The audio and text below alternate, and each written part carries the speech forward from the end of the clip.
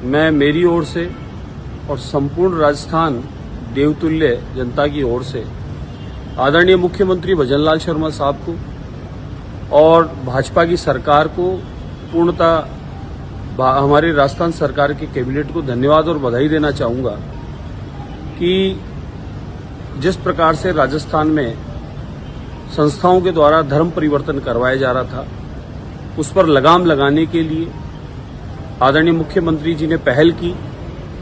बहुत बहुत अभिनंदन है, साधुवाद है कि आपकी पहल से धर्म परिवर्तन जो बिल आ रहा है, कानून जो बन रहा है, उस कानून की मजबूती के साथ पालन होगा और राजस्थान में जिस प्रकार से षड्यंत्र रच के संस्थाएं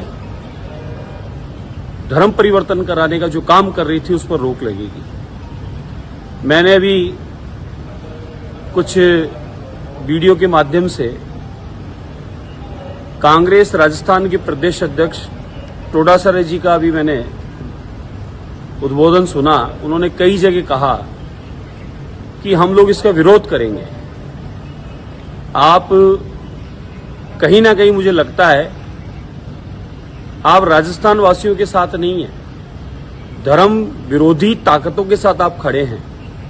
ऐसी संस्थाओं का आप संरक्षण करना चाहते हैं जो षड्यंत्र पूर्वक लोभ लालच देकर या दबाव बनाकर कहीं ना कहीं धर्म परिवर्तन करने की जो संस्थाएं काम करती है, कहीं आप उनके साथ तो नहीं खड़े हैं, कहीं उनका सहयोग तो नहीं कर रहे हैं, कहीं उनका संरक्षण तो नहीं कर रहे हैं। आदरणीय कांग्रेस के प्रदेश अध्यक्ष टोडासरा जी को समझने की आवश्यकता है कि संपूर्ण भारतवर्ष से कांग्रेस का सफाया होने का एक कारण का यही तो नहीं है कि आपने अब तक तुष्टीकरण की राजनीति की है, विशेष एक वर्ग के साथ ही आप खड़े रहे हैं, बहुसंख्यक समाज से आपने नफरत की है और आप ऐसी ताकतों के साथ में हमेशा खड़े रहे हैं।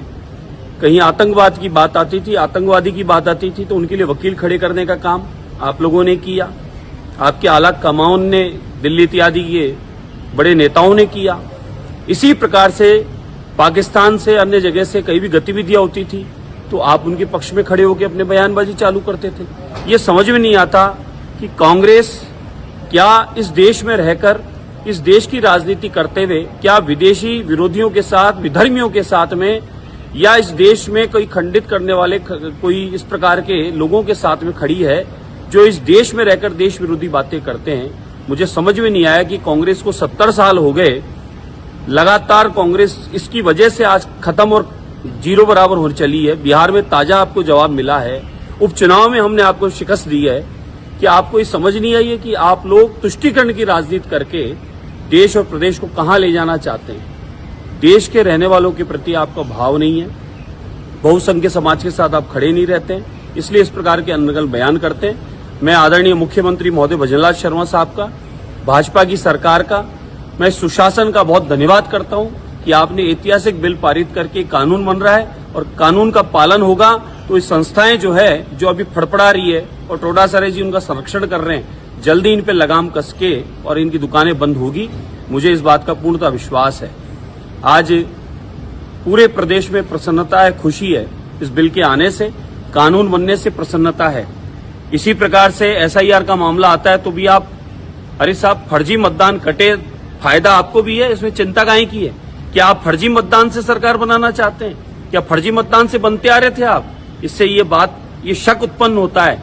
एसआईआर का भी आप धन्यवाद दीजिए चुनाव आयोग का और धन्यवाद दीजिए केंद्र सरकार का, इससे छटनी होने का काम हो रहा है।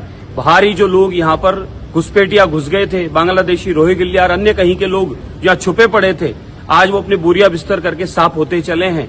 आपके सबके सामने है क्या स्थितियां प्रदेश और देश में बना दी जा रही है घुसपैठियों के द्वारा, जो आपके समय में यहाँ घुस गए थे, अब उनको निकालने का समय आ गया है। देश के रहने वालों का पहला अधिकार बनता है सरकार की योजनाओं का लाभ लेना, न कि विदेशी जो घुसपैठियां घुस जाएं उसका लाभ वो ले पाएं। इसलिए उनको यहाँ से निकालना ही आवश्यक है और कोई फर्जी तरीके से मतदान करता है, 2-2, 3-3 जगह करता है, उसको भी रोकना आवश्यक है। इसलिए एसआईआर का भी जो शुरुआत हो गई, मैं उसका भी धन्यवाद देता हूं केंद्र सरकार को, चुनाव आयोग को। और टोडासरा जी इस प्रकार की बयानबाजी करके जिस प्रकार का माहौल बिगाड़ना चाहते हैं, प्रदेश और देश में जिस प्रकार से जो स्थितियां आपकी हो गई, आने वाले समय में और इससे भी बदतर स्थिति आपकी होने वाली, इस बात को समझ लीजिए। जय हिंद।